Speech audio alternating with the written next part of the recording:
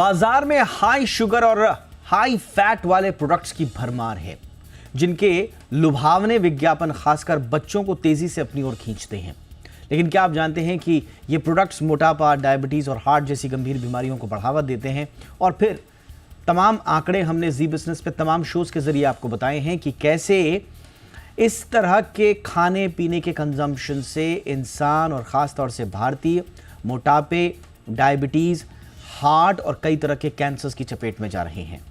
यह मुद्दा सांसद मिलिंद देवड़ा ने हाल ही में संसद में उठाया सवाल के रूप में और कहा कि जब शराब और सिगरेट के विज्ञापनों पर रोक है तो फिर ऐसे हानिकारक प्रोडक्ट वाले विज्ञापनों पर रोक क्यों नहीं है। याद रखिए, प्रोडक्ट्स पर रोक नहीं, उनके विज्ञापनों पर रोक, क्योंकि इस तरह के विज्ञापनों के असर से बच्चे बहुत जल्दी इस तरह के हाई शुगर, हाई फैट वाले प्रोडक्ट्स की ओर खींचे चले जाते हैं और माँ बाप भी लाचार नजर आते हैं। और फिर उनके बचपन पर जो वार होता है इस तरह के खाने का, उसके कॉन्सिक्वेंसेस हम सब जानते हैं। मेरा नाम है दीपक डोभाल, आप देख रहे हैं आपकी खबर आपका फायदा।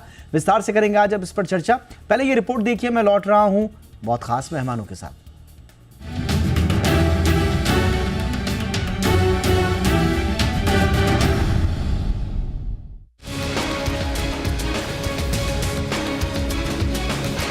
क्या आपने कभी सोचा है कि आपके बच्चों का पसंदीदा स्नैक या ड्रिंक उन्हें बीमार कर सकता है? वो colourful packaging, cute cartoon characters और लुभावने विज्ञापन बच्चों को इतनी आसानी से अपनी तरफ खींच लेते हैं कि हमें अंदाजा ही नहीं होता कि वो धीरे धीरे एक मीठे जहर का शिकार हो रहे हैं। भारत में बच्चों और युवाओं के बीच जंक फूड और शुगर लोडेड ड्रिंक्स की बढ़ती लत अब गंभीर स्वास्थ्य संकट का रूप ले रही है। इस मुद्दे को शिवसेना सांसद मिलिंद देवड़ा ने संसद में उठाया। उन्होंने कहा कि हाल ही में प्रधानमंत्री नरेंद्र मोदी ने मोटापा घटाने के लिए विशेष अभियान पर जोर दिया। ये भारत के लिए बेहद जरूरी है क्योंकि मोटापा अपने साथ कई बीमारियां लेकर आता है। देवड़ा ने कहा कि भारत को भी सिंगापुर, जापान जैसे देशों से सीखना चाहिए, जहां मोटापे के खिलाफ सख्त अभियान चलाए गए हैं और सकारात्मक नतीजे भी इसके दिख रहे हैं। 2019 में सिंगापुर पहला ऐसा देश बना जिसने जंक फूड विज्ञापन पर बैन लगाया। सिंगापुर में हाई शुगर ड्रिंक्स और प्रोडक्ट पर चेतावनी लेबल अनिवार्य है। जापान में 40 साल की उम्र के बाद कमर मापना अनिवार्य है। ज्यादा मोटापा होने पर स्वास्थ्य परामर्श और ट्रेनिंग दी जाती है। यूके में अक्टूबर 2025 से दिन में शुगर युक्त फूड के विज्ञापन पर बैन लग जाएगा। ग्रेनोला, मफिन और मीठे योगर्ट जैसे हेल्दी दिखने वाले उत्पाद भी प्रतिबंधित सूची में हैं। चिली में 2016 में काले अष्टकोणीय चेतावनी लेबल लागू किए गए। भारत में अभी इस दिशा में ठोस कदम नहीं उठाए गए हैं। हालांकि सुप्रीम कोर्ट में अगस्त 2024 में एक याचिका दायर की गई जिसमें फ्रंट ऑफ पैकेज लेबलिंग यानी FOPL की मांग की गई। सरकार से ये भी अपील की गई कि चीनी और नमक की सीमा तय की जाए और जंक फूड विज्ञापन रेगुलेट हो। नीति आयोग ने सुझाव दिया कि हाई शुगर ड्रिंक्स और स्नैक्स पर टैक्स लगाया जाए। विशेषज्ञों का कहना है कि अगर अभी कदम नहीं उठाए गए तो भारत को जल्द ही एक ओबेसिटी एपिडेमिक का सामना करना पड़ सकता है। शुगर युक्त और हाई फैट फूड का बच्चों पर गहरा असर होता है। द लैंसेट में प्रकाशित 2023 की रिपोर्ट के अनुसार हाई शुगर और फैट युक्त आहार से टाइप 2 डायबिटीज और हार्ट डिजीज का खतरा 30% तक बढ़ जाता है। हाई फ्रुक्टोज कॉर्न सिरप यानी HFCS जो सॉफ्ट ड्रिंक्स और पैकेज्ड फूड में इस्तेमाल होता है, डायबिटीज का खतरा 20% तक बढ़ा देता है। ट्रांस फैट जो फास्ट फूड और बेकरी प्रोडक्ट्स में होता है, इंसुलिन रेजिस्टेंस को बढ़ाकर डायबिटीज का खतरा दुगना कर देता है। WHO की रिपोर्ट के मुताबिक ट्रांस फैट पर प्रतिबंध लगाने से हर साल 1.8 लाख मौतें रोकी जा सकती हैं। पिछले 5 सालों में भारत में मोटापे की दर तेजी से बढ़ी है। पुरुषों में मोटापा 19% से बढ़कर 23% हो गया है। महिलाओं में ये आंकड़ा 21% से 24% तक पहुंच चुका है। शहरी बच्चों में मोटापा 60% तक बढ़ गया है। राष्ट्रीय परिवार स्वास्थ्य सर्वेक्षण यानी NFHS के अनुसार भारत में हर 10 में से 3 बच्चा ओवरवेट है, जो एक खतरनाक संकेत है। रिसर्च बताती है कि टीवी और ऑनलाइन विज्ञापन बच्चों के फूड चॉइस पर सीधा असर डालते हैं। 2025 के एक सर्वे के मुताबिक भ्रामक विज्ञापनों के कारण 70% बच्चे जंक फूड की तरफ आकर्षित होते हैं। विज्ञापन में इस्तेमाल किए गए शब्द जैसे 100% नेचुरल, नो प्रिजर्वेटिव्स अक्सर झूठे होते हैं। विज्ञापनों में बच्चों की मासूमियत का फायदा उठाकर फूड कंपनियां उन्हें धीरे धीरे बीमार बना रही हैं। ऐसे में शिवसेना सांसद मिलिंद देवड़ा के उठाए गए इस गंभीर मुद्दे पर सरकार को सख्त नियम लाने की जरूरत है, क्योंकि ये सीधा लोगों की सेहत से जुड़ा है। ब्यूरो रिपोर्ट, जी मीडिया। खास मेहमान इस वक्त हमारे साथ जुड़ चुके हैं चर्चा के लिए। डॉक्टर सुधीर कुमार हमारे साथ जुड़ चुके हैं, senior consultant Apollo hospitals Hyderabad. बहुत बहुत स्वागत है डॉक्टर सुधीर आपका हमारे शो पे। हमारे साथ हैं बिजॉन मिश्रा सर, जो कि जाने माने कंज्यूमर राइट एक्टिविस्ट हैं। बिजॉन सर, गुड इवनिंग, बहुत बहुत स्वागत है आपका। और हमारे साथ हैं डॉक्टर नीलम मोहन, नेशनल प्रेसिडेंट हैं इंडियन एकेडमी ऑफ पीडियाट्रिक्स की। बहुत बहुत स्वागत है डॉक्टर नीलम मोहन मैम आपका हमारे शो पे। चर्चा की शुरुआत में डॉक्टर सुधीर कुमार सर आपसे ही कर रहा हूं। देवड़ा साहब का ये जो एम्फेसिस था एक सवाल के रूप में संसद के भीतर, जिसमें वो एडवर्टीजमेंट्स को बैन करने की बात करें, ख़ास तौर से जो बच्चों पर जो टारगेट होके करते हैं, ये हमें एक अंडरस्टैंडिंग दे रहा है कि कैसे high sugar high fat food जो हैं वो बच्चे की लाइफ लॉन्ग डाइटरी हैबिट्स को इन्फ्लुएंस करते हैं। क्या आपको भी लगता है सर कि इस वक्त इस तरह के क्रिटिकल इंटरवेंशंस की आवश्यकता है जैसे विदेशों में है? क्या वाकई में high fat high sugar products के एडवर्टीजमेंट पर बैन लगना अब अवश्यंभावी हो गया है? धन्यवाद दीपक जी, और ये बहुत ही इम्पोर्टेंट टॉपिक है जिसपे आज आपने चर्चा किया है और हम लोग करने जा रहे हैं। तो बेसिकली इसका जो मेन कारण अगर हम देखें तो बच्चों में मोटापा, ओवरवेट और ओबेसिटी दोनों काफी तेजी से बढ़ रहा है, और ये सिर्फ बचपन तक ही सीमित नहीं है। अगर हम इसे देखें तो जो बच्चे अगर ओवरवेट या ओबीस बचपन में हैं तो उन्हें आगे जाके भी ये लाइफस्टाइल डिजीज काफी ज्यादा होते हैं। और अभी हम देखें तो बच्चों में ही डायबिटीज, हाई ब्लड प्रेशर और यहाँ तक कि हार्ट अटैक और स्ट्रोक, ये सब के भी इंसिडेंस अब देखने को मिल रहे हैं। और यही बच्चे जब बड़े होंगे तो उनमें भी ये सारे बीमारियों का जो रिस्क रहेगा वो बढ़ता जाएगा। और जैसा आपने दिखाया कि ये एडवर्टाइजमेंट्स का बच्चों पे सीधा असर पड़ता है, और ये रिसर्च पे ये मतलब प्रूव भी हो चुका है कि अगर बच्चों के कार्टून प्रोग्राम चल रहे हो या फिर बच्चे कोई भी टीवी प्रोग्राम देख रहे हो, अगर आप बीच में ऐसे एड्स दिखा दे, एडवर्टाइजमेंट जहाँ की सॉफ्ट ड्रिंक्स हैं, शुगरी ड्रिंक्स हो या फिर फ्राइड फूड्स हो, और ऐसे विज्ञापन अगर दिखाए जाएंगे तो प्रोग्राम के दौरान ही बच्चे स्नैकिंग करते हैं और फिर जो उनका जो नॉर्मल खाना है वो तो कंटिन्यू रहता है। तो ओवरऑल अगर देखें तो वैसे बच्चे एडवर्टाइजमेंट के बाद वो ज्यादा कंज्यूम कर लेते हैं, तो जितना उन्हें चाहिए उससे डेफिनेटली 200-300 कैलोरी ज्यादा कंज्यूम करेंगे, और जो कि over a period of time वो ओवरवेट और मोटापा में तब्दील हो जाएगा। तो डेफिनेटली एडवर्टाइजमेंट्स का असर पड़ता है, और ये खासकर बच्चों के प्रोडक्ट्स पे, जेली स्वीट्स या डिफरेंट चॉकलेट्स या बहुत सारे आइटम जो कि मतलब बहुत अच्छे तरीके से दिखाए जाते हैं, और फिर पेरेंट्स को ये काफी मुश्किल हो जाता है कि बच्चों को कंट्रोल करें। और तो इसका सबसे सीधा उपाय ये है कि ऐसे एडवर्टाइजमेंट्स को बंद किया जाए, खासकर जो बच्चों के प्रोग्राम है उस दौरान तो नहीं दिखाना चाहिए। एब्सोल्युटली सर, और ये हो भी क्यों ना।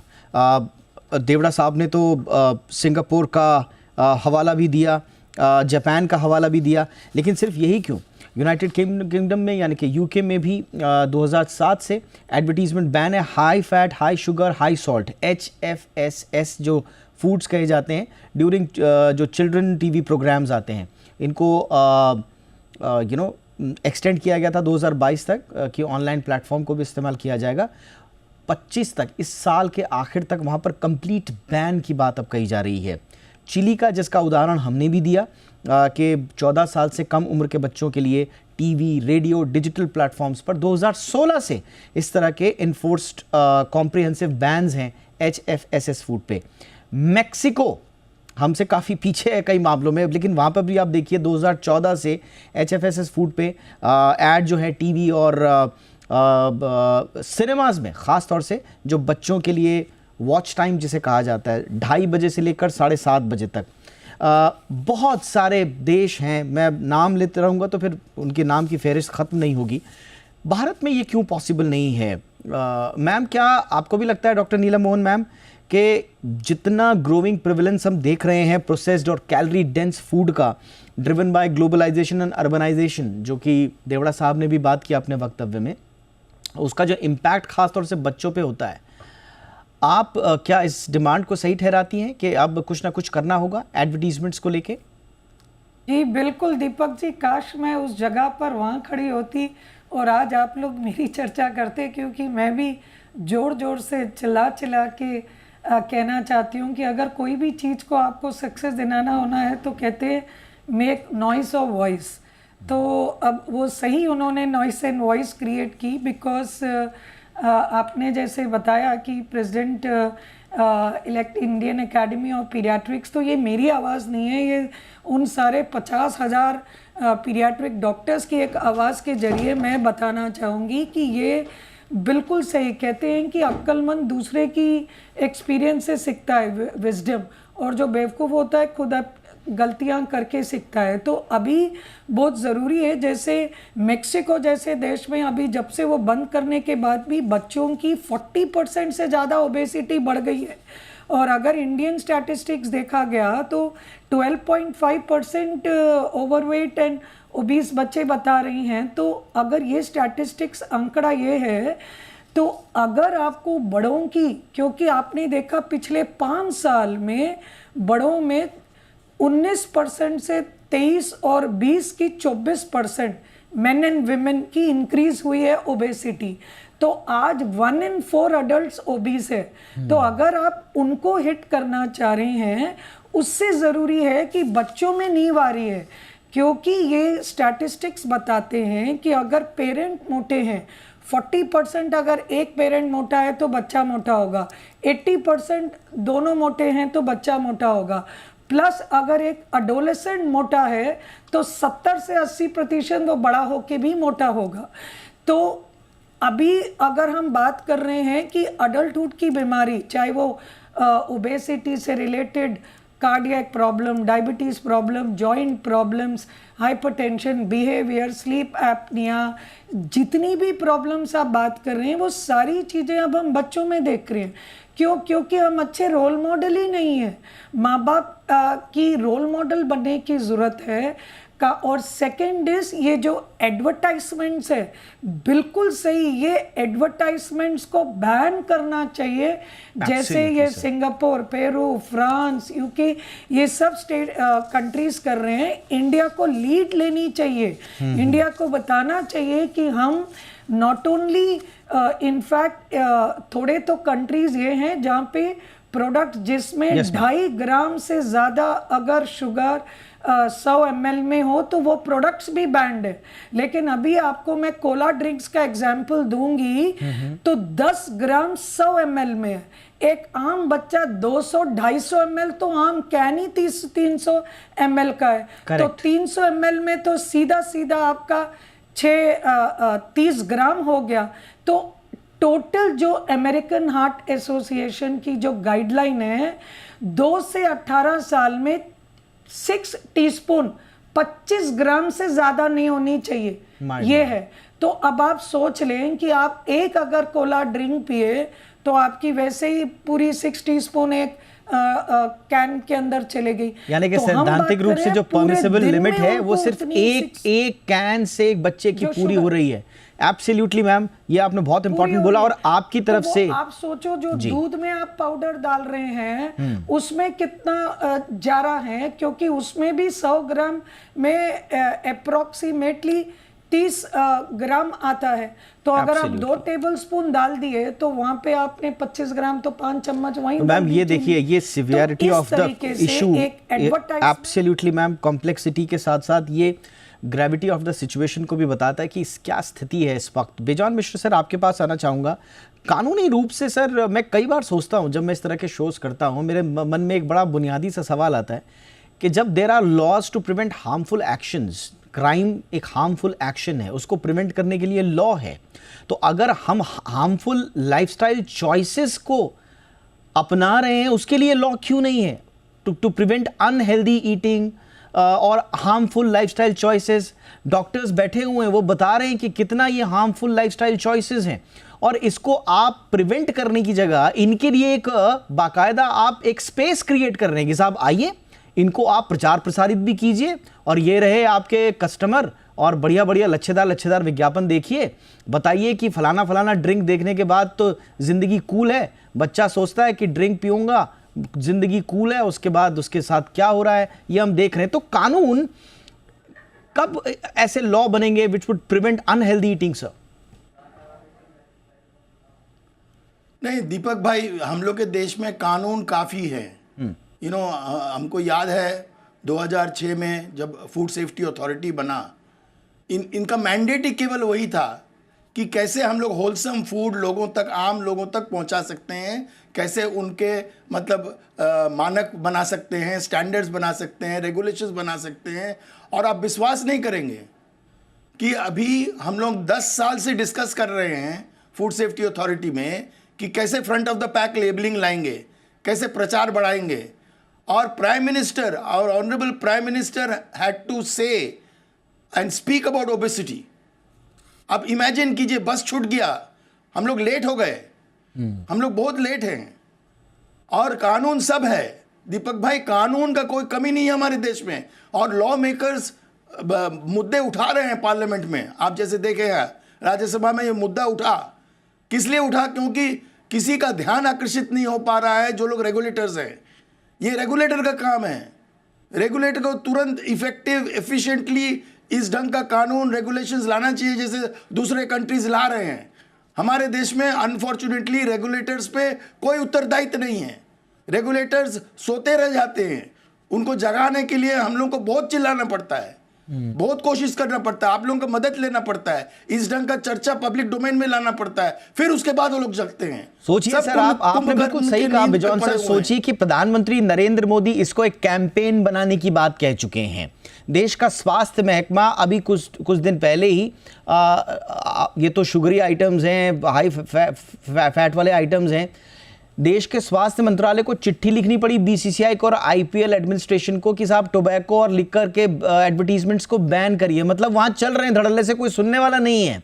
ये स्थिति है जब प्रधानमंत्री कह चुके हैं, स्वास्थ्य महकमा कह चुका है, कई रिपोर्ट्स हमने खुद सरकार के अंदर से आई हुई हैं, उसके बावजूद ये स्टेट है। क्विकली सर, ब्रेक पर जाने से पहले बिजॉन सर, ये इच्छा शक्ति की कमी है, जानबूझकर पट्टी बांधी हुई है, सुनने को कोई तैयार नहीं है सर? नहीं, एक्चुअली प्रॉब्लम कहाँ है कि the lack of transparency and accountability process पे। यू सी 15 साल पहले हमको याद है जब हम लोग टोबैको को लेकर रेगुलेशंस ला रहे थे WHO के अंदर, फर्स्ट ग्लोबल ट्रीटी जब हम लोग साइन किए, उसी समय डाइट एंड फिजिकल एक्टिविटी लेकर हम लोग कैंपेन शुरू किए। आज आप देखिए ना, हम लोग एक ऑडिट किए स्कूल में, हम लोग एक ऑडिट किए स्कूल में कि बच्चे जो टिफिन लाते हैं उसका ऑडिट किया जाए। और उस ऑडिट में ये पाया गया more than 90% of the food जो बच्चे ला रहे हैं they are full of fat and sugar and salt. My god. तो if the family is promoting that, तो अवेयरनेस की कितनी कमी है ये आप समझ लीजिए बात। एब्सोल्युटली। और यही वजह है स्कूल में instead of yes sir, NFHS जो 5 नेशनल फैमिली हेल्थ सर्वे जो है 5, उसका जो डेटा बताता है 60% बच्चों में हमने ओवरवेट बच्चों की इंक्रीज देखा है 1 दशक में। आप सोचिए कितनी बड़ी स्थिति है। मेन जो हैं वो 19% से 23% तक पहुंचे हैं, वुमेन 21 से 24 पहुंची हैं और बच्चे 60%। तो क्या हम दे रहे हैं? आपने सही कहा कि टिफिन से लेकर और बाजारों में मिलने वाले उत्पादों तक सबका ऑडिट करना पड़ेगा। एक छोटे से ब्रेक के बाद थोड़ा और डीप डाइव करेंगे। संक्षेप में, समय कम होगा लेकिन महत्वपूर्ण चर्चा, महत्वपूर्ण सवाल उस पार भी हैं।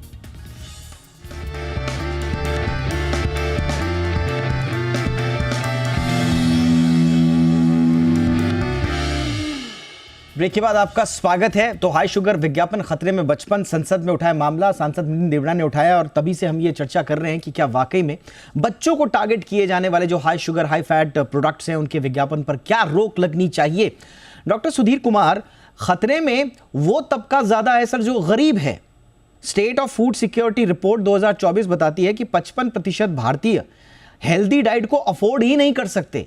उनके बच्चों को 5 रुपए के 10 रुपए के बोतलों में high sugar high fat content वाले टॉफीज, चॉकलेट्स, ड्रिंक्स ये परोसे जाते हैं।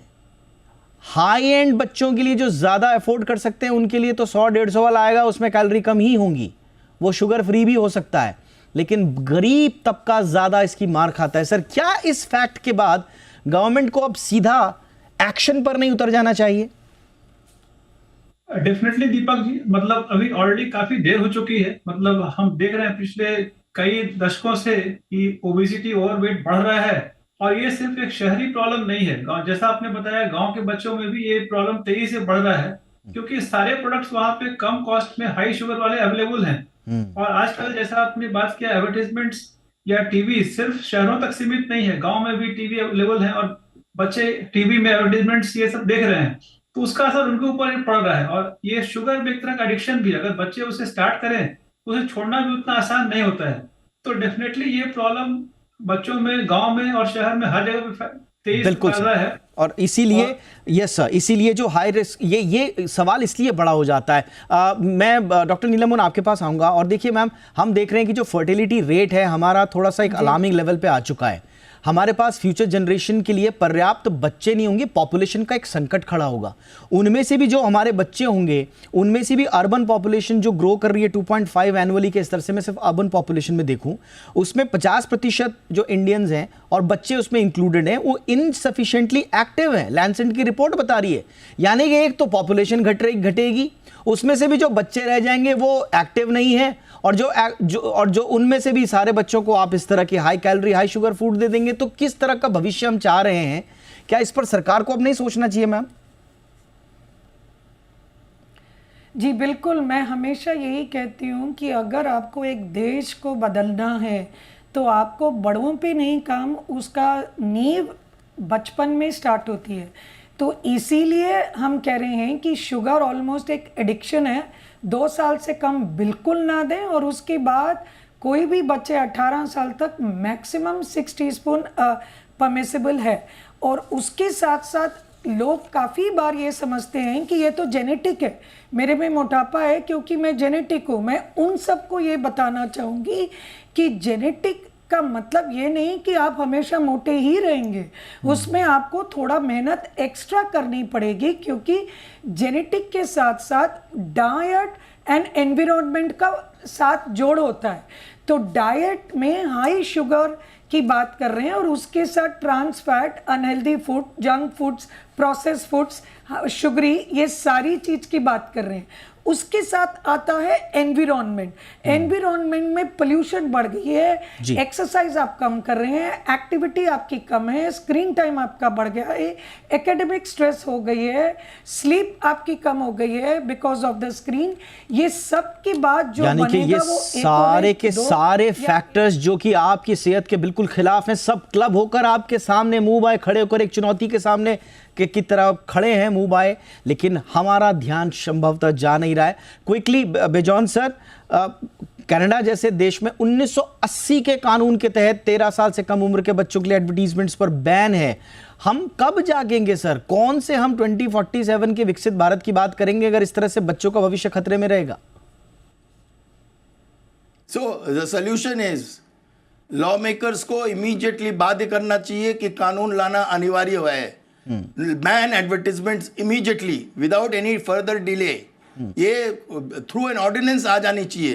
फूड सेफ्टी अथॉरिटी को तुरंत एक्शन में आ जाना चाहिए। HFSS प्रोडक्ट्स पर and there should be higher taxation. No, देखिए higher taxation again can lead to also lot kind of unfair trade practice वगैरह वगैरह। तो हम तो उस पर नहीं जाएंगे। हम मैंडेटरी योगा या फिजिकल एक्टिविटी स्कूल में लाएंगे, हम मैंडेटरी न्यूट्रिशनल एजुकेशन लाएंगे बच्चों पे right at the young as. हम ये जरूर अनिवार्य रूप से ये कोशिश करेंगे कि उनका ईटिंग हैबिट्स उस ढंग से बने चाइल्डहुड से। हम जैसे बोल रहे हैं स्कूल के कैंटीन्स की ऑडिट होनी चाहिए, उनका टिफिन बॉक्स की ऑडिट होनी चाहिए, पेरेंट्स को एजुकेट करना चाहिए कि कैसे हम लोग right at the young age we catch them.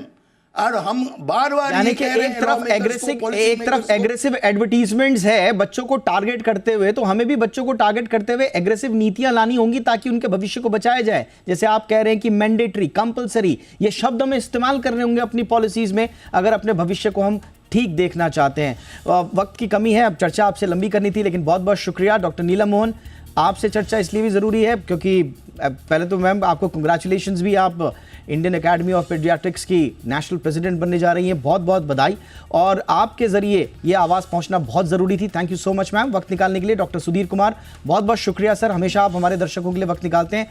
बेजॉन Mishra sir, सलाम है आपके एफर्ट्स को और वक्त निकालने के लिए, थैंक यू सर। शो में इतना ही, ख्याल रखिए अपना, नमस्कार।